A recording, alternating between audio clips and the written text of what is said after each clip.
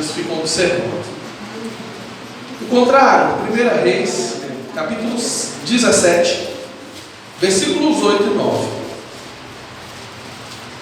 Então veio a ele a palavra do Senhor, dizendo: levanta-te e vai a Sarepta, que é de Sidom, e habita ali, e eis que eu ordenei ali a uma mulher viúva que te sustente. Amém. Pode se sentar. Deixa marcado em sua Bíblia. Tem alguém que não conhece essa passagem? Essa passagem da Bíblia que conta a história do profeta Elias, naquele período que ele profetizou a seca, e Deus o enviou para que uma viúva cuidasse dele nesse período da seca. Fala da farinha e do azeite da botija que foram multiplicados. Alguém não conhece essa passagem? Todos conhecem? Amém. Acho que alguns de vocês conhecem isso aqui de cor, de trás para frente, de olho fechado, né? Muito bem. Vamos ver o que o Senhor quer falar conosco através dessa palavra que é tão conhecida, mas que pode ser que a gente tenha ensinamentos aqui importantes. Como é que era o contexto dessa ocasião, dessa situação do profeta Elias? A nação de Israel vinha em uma sequência de reis que abandonaram a sua fé e começaram a adorar outros deuses. Os estragos para o povo de Israel foram muito grandes, porque levou o povo a praticar idolatria, a adorar outros deuses. E era uma sequência de vários reis dessa forma. Eu penso que na altura do campeonato aqui, a Bíblia vai nos falar do período do rei Acabe, né? Elias e Acabe, que tinha acabado de ser rei naquele momento, e Acabe continuava aquela sequência de reis que estavam adorando outros deuses. Eu penso, irmãos, que embora a misericórdia de Deus seja infinita, eu penso que a paciência de Deus tem limite. Verdade. Eu acredito que Deus levantou o profeta Elias para dizer: basta essa situação. Chega de tantos reis adorando a Baal, conduzindo o meu povo um caminho de perdição. Alguma coisa tem que acontecer. E no capítulo 17, que nós lemos, no versículo 1, vai contar então como que Deus decidiu a colocar um freio numa situação que já estava rotineira, costumeira. E no versículo 1 vai falar a respeito de Elias e vai dizer o seguinte: então Elias, o tipista dos moradores de Gileade, disse a Acabe: vive o Senhor Deus de Israel, perante cuja face estou, que nestes anos nem orvalho nem chuva haverá, senão segundo a minha palavra. Depois veio a ele a palavra do Senhor, dizendo: vai-te daqui, vira-te para o oriente, esconde-te junto ao ribeiro de Querite, que está diante do Jordão, e há de ser que beberás do ribeiro, e eu tenho ordenado aos povos que ali te sustentam. O que aconteceu? Deus fala para ele o seguinte: Elias, você vai diante do rei Acabe, que era um rei que não temia Deus, já era um rei que estava ali adorando outros deuses, e você vai dizer para ele o seguinte: que não vai mais chover em Israel, segundo a sua palavra.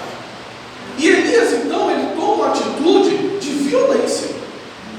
Ele tinha que ser um homem violento, corajoso, para entrar diante de um rei que certamente o mataria com uma profecia dessa. É possível que Elias já preparou todo o caminho ao entrar ao palácio para deixar todas as portas abertas, porque é possível que quando ele chegou diante do rei Acabe e profetizou que não iria chover, é muito provável que ele tenha saído dali e fugido, porque a sentença para ele seria de morte. Mas ele decide profetizar, ou ele decide seguir uma direção de Deus, ainda que a vida dele estivesse em risco. E assim ele o faz. Existe um período de tempo de 3 anos, que a Bíblia fala, 3 anos e meio, que não choveu. Qual foi o resultado disso? Depois de muito sofrimento, depois de muita dor, Elias volta diante de Acabe depois desses 3 anos e faz um desafio com os profetas de Baal. E ali eles montam o altar e Elias consegue, naquele desafio, receber a resposta de Deus, e ele persegue e mata 450 profetas de Baal, e depois mais 400, 850 profetas de Baal foram mortos pela ousadia de um homem que decidiu enfrentar um sistema, colocando a sua vida em risco por diversas vezes, e o nome de Deus foi glorificado naquela ocasião. E aí depois que ele matou todos os profetas, ele orou e a chuva veio. Só que no meio desses 3 anos, ocorreu uma situação interessante, que é o que eu quero me conter aqui nessa noite, a respeito da viúva de Serepta. Como é que estava a situação de Elias? Os meses vão passando, e quando não há chuva, a gente sabe que tem rios que secam, e outros permanecem mesmo num período longo de estiagem. Deus leva Elias para o ribeiro de Querite, e durante alguns meses, Elias podia beber água, e Elias podia comer pão e carne trazido pelos porcos. Não era a melhor tipo de refeição. Ele sabia que daquela profecia, ele também seria alcançado por aquela situação de escassez, por uma situação de sede, de fome. E eu penso, irmãos, que você depender dos urubus para você comer, não era a melhor opção. Imagina que tipo de pão e que tipo de carne chegava até Elias.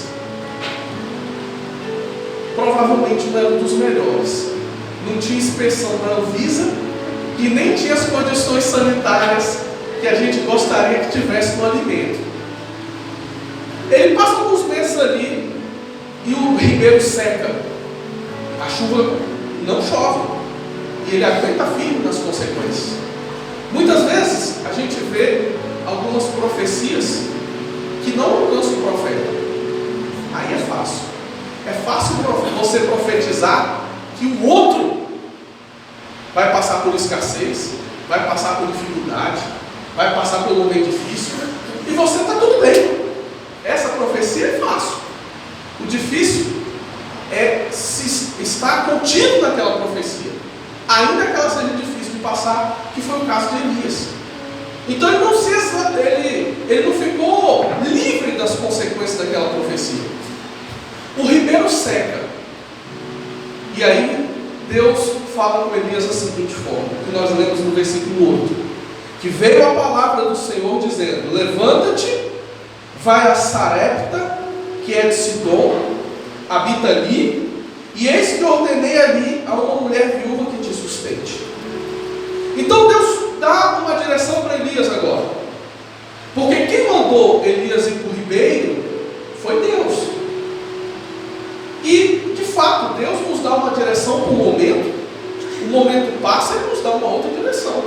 E aí Deus fala com Elias: Elias, agora não é mais no ribeiro, agora você vai para uma cidade que fica distante de Israel, de uma outra nação, uma outra nacionalidade, um outro povo. Eu vou ordenar lá que uma viúva te sustente. Vai e habita ali. É possível que talvez ainda Elias passou alguns anos de seca na cidade de Serepta. Mas a promessa de Deus para Elias é o seguinte: eu já tenho ordenado uma viúva que te sustente. Se eu tivesse no lugar de Elias, se fosse eu ia imaginar o seguinte: aleluia, glória a Deus, vou ter uma casa para dormir e morar. Se essa viúva vai me sustentar no tempo de escassez, a situação dela deve ser muito boa. Vou comer agora no boi do melhor, porque esses corvos me ajudaram aí, mas não estava muito bom não. Agora eu vou comer um pão de qualidade, agora eu vou comer uma carninha gostosa, agora eu estou bem na fita. Vou passar essa escassez, esse momento de seca, sendo honrado. Aleluia. Obrigado, Senhor. Deus é bom. Aleluia. Vamos encontrar com essa viúva o mais rápido possível. Chega Elias na cidade, se depara com uma mulher provavelmente subnutrida, uma criança subnutrida, A fome deixa as pessoas com um aspecto muito sofrido, né? Quem está passando fome, quem está passando sede, olha para aquela mulher e era viúva. Talvez ele não quisesse acreditar. Assim, oh, será que essa mulher parece que não está dando conta nem dela? Será que ela vai ter alguma coisa para me sustentar? E o Senhor mandou eu habitar, eu morar meses aqui? Alguma coisa errada, alguma coisa não bate. Seria esse o meu pensamento.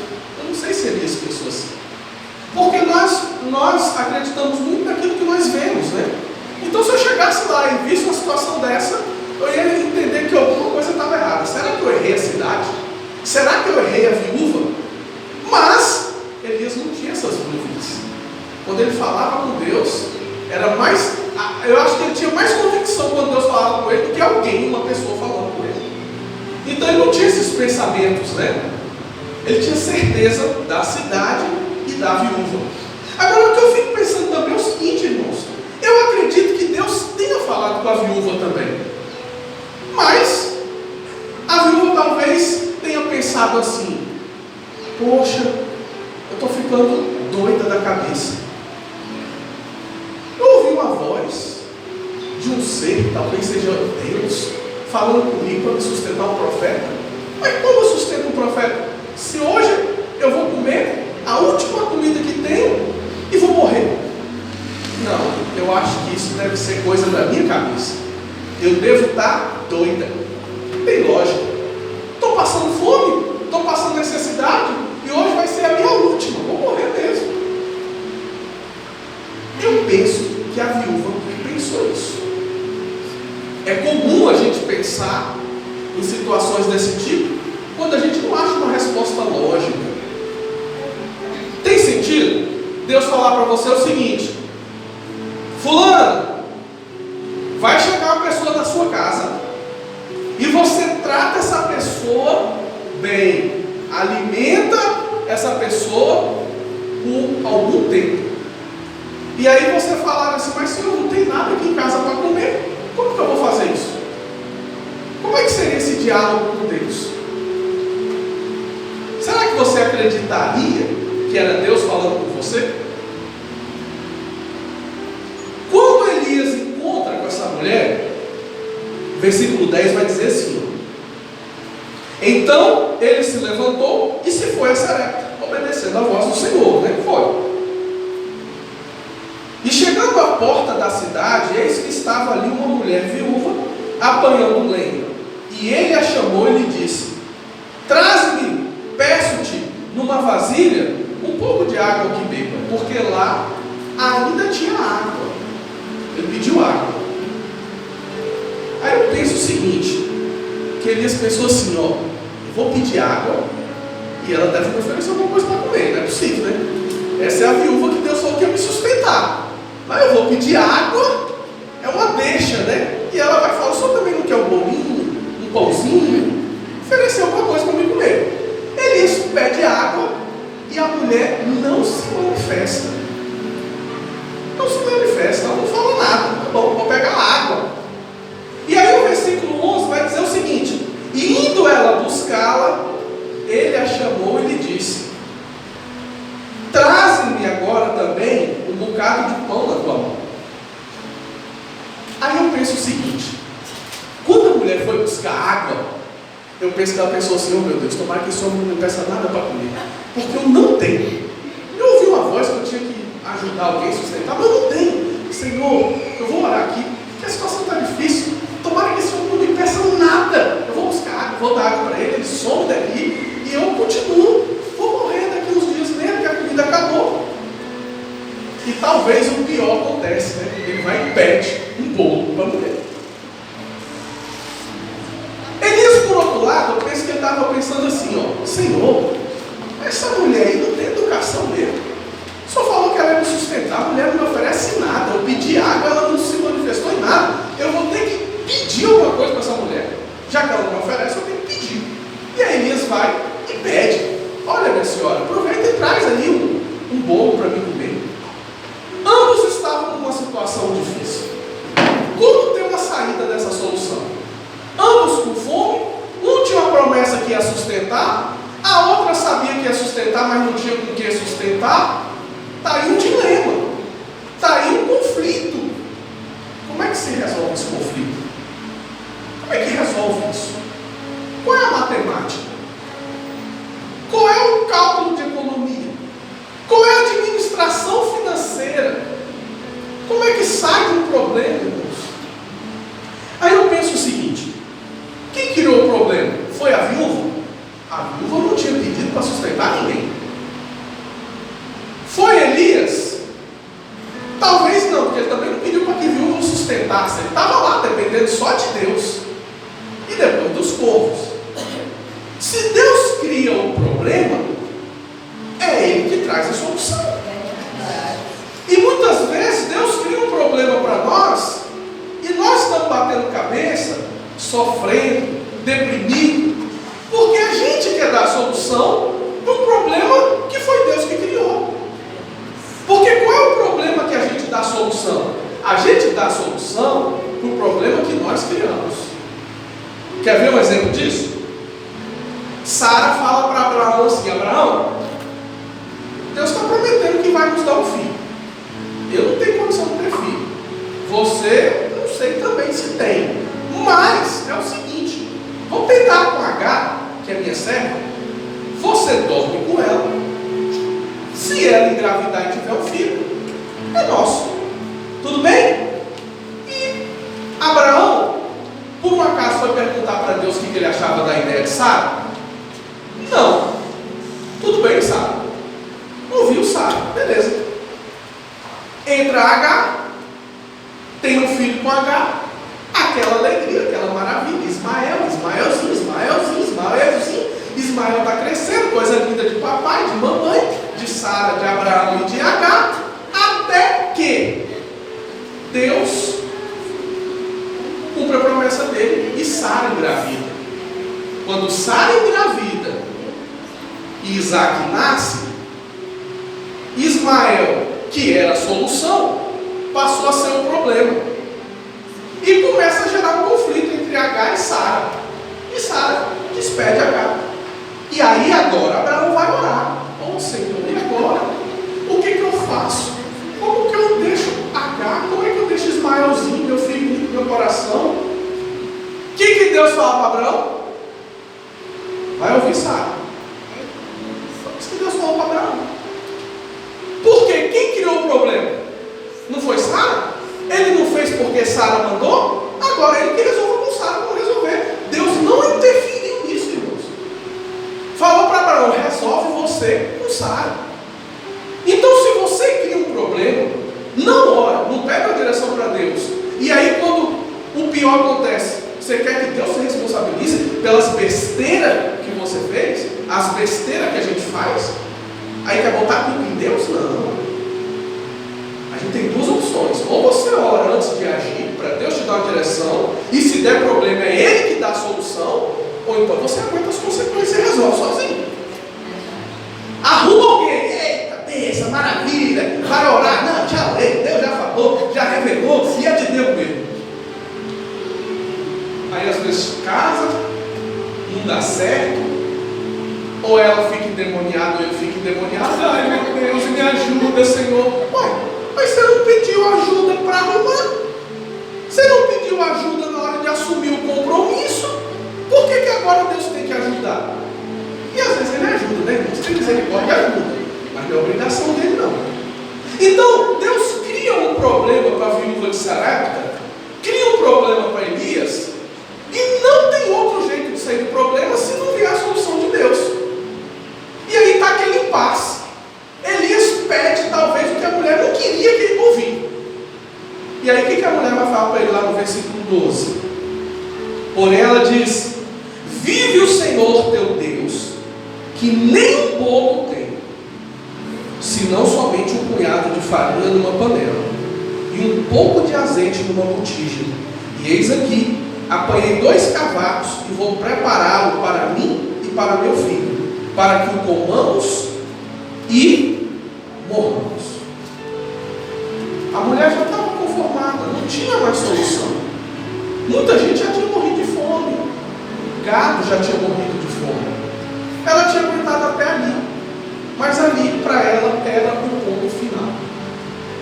Que sentido faz Deus falar que ela vai sustentar o profeta nessa situação?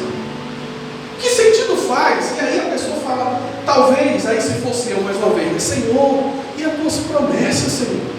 O Senhor não prometeu, Deus, que ia me sustentar? A mulher vai comer a última e vai morrer, e depois sou eu que vou morrer. Senhor, e as tuas promessas, meu Deus? E a gente pode sentar, chorar e lamentar e morrer. Mas Elias tomou uma atitude que muitos de nós reprovaríamos. Alguma coisa ele tinha que fazer. Porque é o seguinte, o caminho estava lá. O final daquela história seria a morte. Não tinha outra forma. Ele precisava então agir mais uma vez com uma certa violência. Quando eu falo violência, eu estou dizendo a coragem, a disposição de pisar ou de fazer o que Deus está mandando. Da mesma forma que ele teve coragem de profetizar para Acabe que não choveria. Tem que ter muita coragem. É uma atitude de violência contra o inferno, irmãos. É uma atitude violenta. E ele fala para a mulher o seguinte, versículo 13: e Elias lhe disse, não temas, vai e faça conforme a tua palavra. Porém, faze-me disso primeiro para mim um bolo pequeno. Traze-mo para fora. Depois farás para ti e para teu filho. Então agora é o seguinte, imagina assim, eu sou pastor da igreja, nós temos aqui imaginando, tá? Temos uma viúva muito pobre, e ela tem lá uma cesta básica para passar o mês, ela só tem isso, uma cesta básica lá, para ela e para o filho. E aí eu falo para ela o seguinte, olha, dá essa cesta básica aqui para mim. Se você estiver de fora vendo essa cena, vendo a proposta que Elias fez para aquela mulher, quais seriam suas conclusões óbvias? Seguinte, você primeiro eu como o bolo. Tudo bem, vai lá, pega um graveto, faz o bolo. Mas primeiro eu como. Depois você come. Quais seriam as nossas conclusões? Será que a gente admiraria esse profeta? Ou a gente olharia para ele como alguém aproveitador, mau caráter? E aí xingaria talvez de todo nome, que vocês sabem que alguns gostam de xingar os pastores. Ladrão, como é que você faz isso? Está tomando isso? Da viúva, pessoa pobre, não tem nem para ela, você pede para você o que é dela, a única coisa que ela poderia ter para sustentar o filho. As nossas conclusões, se a gente estivesse de fora, olhando uma situação dessa, não seria boa. Não seria boa. Certamente a gente não ia admirar o comportamento de Elias. Provavelmente a gente reprovaria esse comportamento. Ele parece ser muito egoísta. Mas olha só, Deus falou com a mulher. Provavelmente ela não acreditou. Se ela comesse aquele bolo, a única coisa que tivesse, provavelmente o que ela disse ocorreria, eles morreriam. Mas e a promessa de Deus? De que ela sustentaria o profeta. Então, Elias chega ali e ele precisa tomar uma decisão. Quando ele pede o bolo primeiro para ele, o que ele está fazendo naquele momento é impedindo que a mulher comesse a única semente que poderia trazer uma prosperidade. Se a mulher come, o que teria para multiplicar?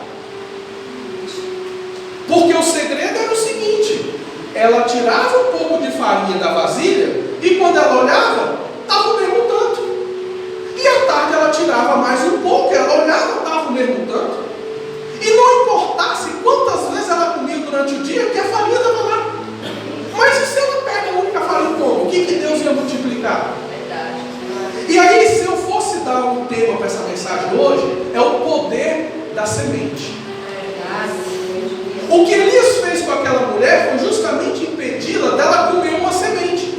Porque aquilo que não é a nossa provisão, não é pão, é semente. nós estamos comendo a semente e estamos murmurando porque não houve uma colheita. Porque em vez da gente plantar, a gente comeu a semente. Então o que Elias teve que fazer? Elias teve que ensinar aquela mulher que se ela desse para o profeta, ela estava plantando uma semente e ela poderia ter uma colheita abundante. Por quê? Porque era uma coisa da cabeça do profeta? Não. O profeta estava se movendo segundo o mandamento de Deus. O que o profeta falou para aquela mulher não era absurdo. Por quê? Porque ele tinha uma ordem de Deus. Só tinha uma forma daquela mulher alimentar aquele profeta. Se ela desse o bolo primeiro. Porque vai que ela come com o filho e não sobra nada para o profeta. Então eu entendo que o que Elias teve que fazer, por mais que poderia ser reprovável no primeiro momento, era ensinar para aquela mulher o seguinte: você tem uma semente, você ainda tem um pouco de azeite, você tem um pouco de farinha.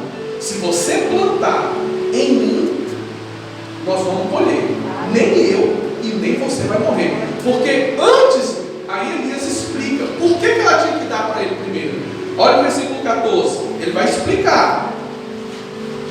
Porque assim diz o Senhor Deus de Israel: a farinha da panela não se acabará e o azeite da botija não faltará, até o dia em que o Senhor der chuva sobre a terra. E ela foi e fez conforme a palavra de Elias. Assim comeu ela e ele e a sua casa por muitos dias. Da panela a farinha se não acabou, e da botija o azeite não faltou, conforme a palavra do Senhor que falara pelo ministério de Elias. Então Elias, ele tem que tomar uma decisão que teria que partir da mulher. Era ela que tinha que oferecer. Você quer um pouquinho de bolo? Você quer um pão?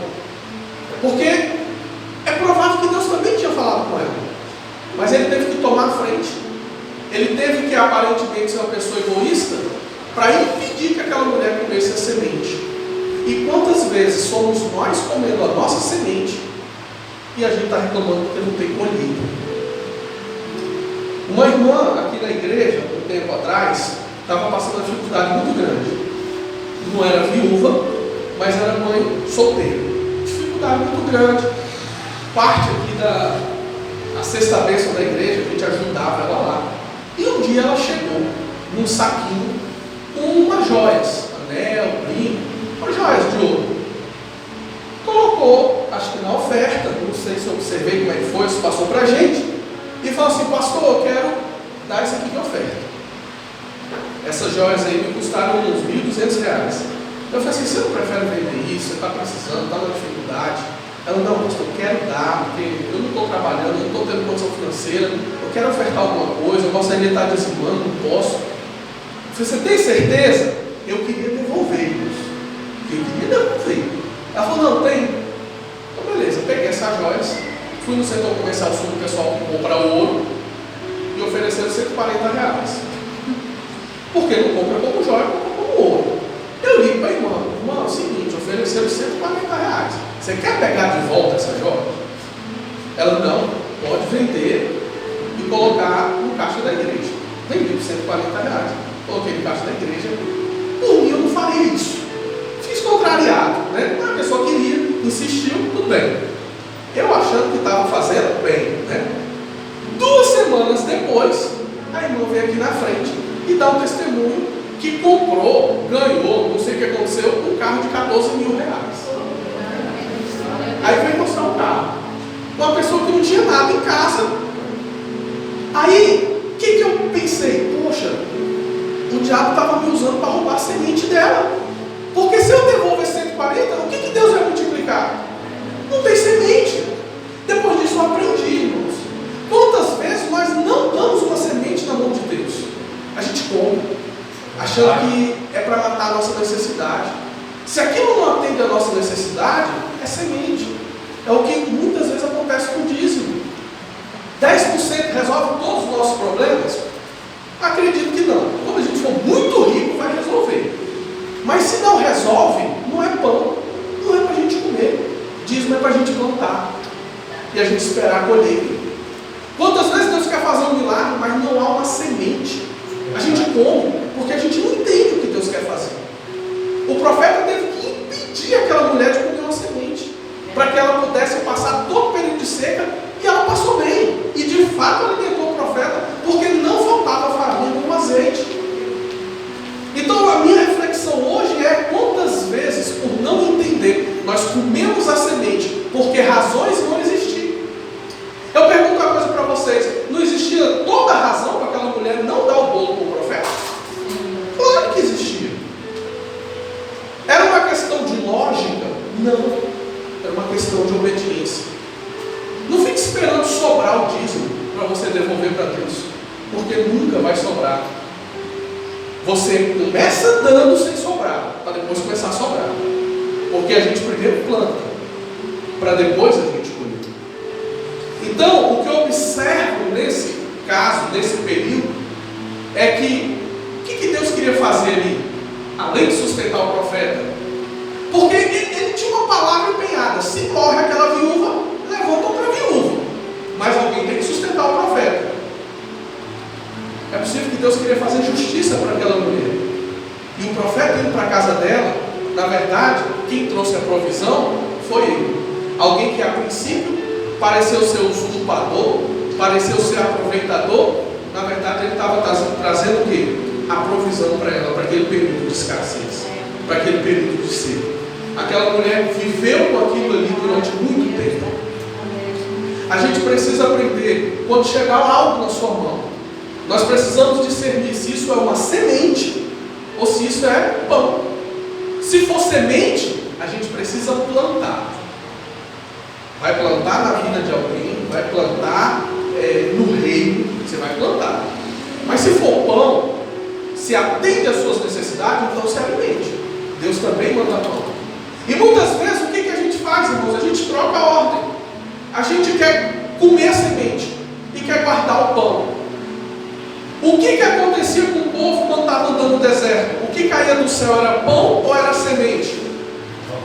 Era pão. Por que era pão? Porque era para alimentar o povo. E o que acontecia com o pão se eles quisessem guardar para outro dia? Estragava. Então tem gente que está perdendo a provisão de Deus, porque o pão que ela deveria comer, ela quer guardar. E a semente que ela deveria plantar, ela está comendo. Então troca a ordem de tudo. E a prosperidade não vem. Ela não vê Deus agindo. Por quê? Primeiro, porque a solução é ela que quer dar. E um problema que Deus cria, a solução só pode vir dele. Segundo, porque em vez de comer o pão e guardar a semente, a pessoa guarda o pão e come a semente. E aí dá tudo errado. Deus, ele quer nos prosperar, mas a gente precisa identificar. Às vezes alguma coisa que vem para a sua mão não é para você, é para alguém, e Deus já está provendo isso, e Deus vai olhar isso como uma semente. Precisa ter uma semente. Quer ver um outro exemplo disso? Jesus estava pregando para a multidão, 5.000 pessoas, manda todo mundo sentar, chama os discípulos e fala: vamos comprar pão agora. Jesus dá um problema, os discípulos não têm a solução. Senhor, compra pão como? Primeiro, não tem dinheiro.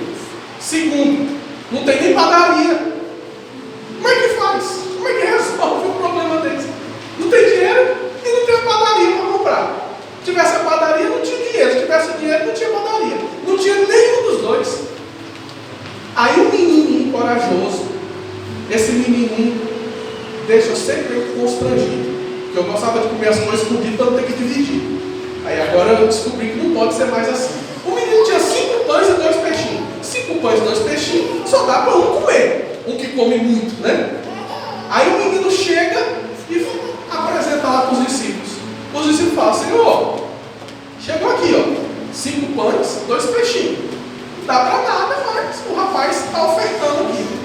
Pronto, era o que Jesus precisava. Era semente. Começa a picar o pão, enche um cesto, 2 cestos, 3 cestos, e o pão acaba. Enche, e peixe, pão, é para comer, é para plantar. Todo mundo come e ainda volta com 12 cestos cheios do que sobrou. Por quê? Porque tinha alguém disponível a colocar uma semente na mão de Jesus. Você tem colocado sementes na mão de Jesus? O que você tem semeado? O seu tempo? Você tem semeado? Ah, mas eu não tenho tempo. Se você não tem tempo, você não semeia, você nunca vai ter mais tempo. Porque o tempo é democrático para todo mundo, é 24 horas para qualquer pessoa. Seja ela doente, bonita, magra, feia, gorda, rica ou pobre. 24 horas todo mundo tem. Às vezes o que falta é a gente entregar aquilo para Deus para Ele multiplicar. Talvez é uma situação na sua vida, no seu trabalho, na sua família. Você ainda não entregou uma semente para que Jesus possa dar uma colheita, para que Ele possa te prosperar. E talvez a situação esteja escassa. Deus, Ele é assim, irmãos. Ele não vai ter lógica.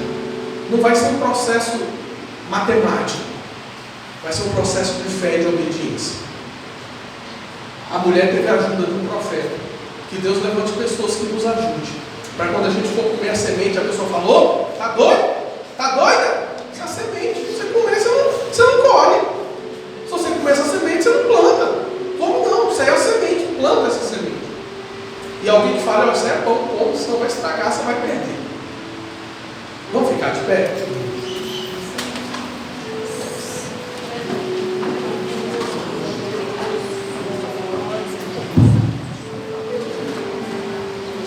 Vamos decidir não comer mais nenhuma semente, irmãos.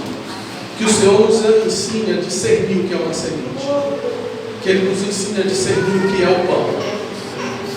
E nós vamos plantar semente para a gente colher abundantemente. Mas o pão a gente vai comer, a gente vai repartir com o que não tem. E Deus vai encher nossos celeiros. E Deus vai trazer a provisão, irmãos. Porque o que Deus quer é que a gente tenha uma vida de provisão.